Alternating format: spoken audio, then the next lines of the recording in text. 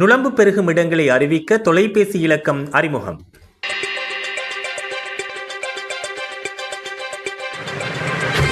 பொதுமக்கள் தங்களது பகுதிகளில் டெங்கு நுளம்புகள் பெருகும் இடங்களை அடையாளம் கண்டு அறிவிப்பதற்கு வசதியாக தொலைபேசி இலக்கம் ஒன்று அறிமுகப்படுத்தப்பட்டுள்ளது.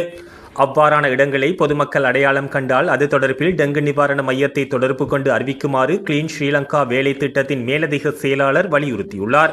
அதற்கமைய டெங்கு நிவாரண மையத்தின் அவசர தொலைபேசி இலக்கமான 0117966366 என்ற அழைப்பினை ஏற்படுத்தி அறிவிக்க முடியும். டெங்கு பரவலை கட்டுப்படுத்துவதற்காக ஜனாதிபதி செயலகத்தின் வழிகாட்டலில் கிளீன் ஸ்ரீலங்கா செயலகம், சுகாதார அமைச்சு, பாதுகாப்பு அமைச்சு, முப்படைகள் மற்றும் போலீசார், ஊடக அமைச்சு ஆகியன இணைந்து முன்னெடுக்கும் வேலை திட்டம் குறித்த கலந்துரையாடல் ஒன்று ஜனாதிபதி செயலாளரின் தலைமையில் இன்று நடைபெற்றது. தற்போது டெங்கு பரவலை கட்டுப்படுத்துவதற்காக மேற்கொள்ளப்பட்டுள்ள நடவடிக்கைகள் மற்றும் எதிர்காலத்தில் முன்னெடுக்கப்படவுள்ள நடவடிக்கைகள் குறித்து இங்கு கவனம் செலுத்தப்பட்டுள்ளது.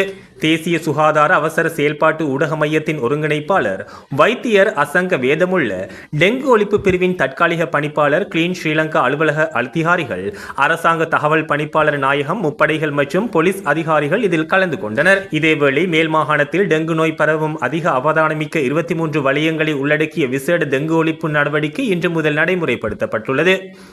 இதற்கமைய கொழும்பு மாவட்டத்தில் மகரகம, கடுவெல, ஹோமாகம, கொத்தட்டுவ, பத்திரமுள்ள, பிளியந்தலை மற்றும் கொழும்பு மாநகர சபை ஆகிய டெங்கு அதிக அபாய வலயங்களில் இந்த டெங்கு ஒழிப்பு நடவடிக்கைகள் மேற்கொள்ளப்பட உள்ளன.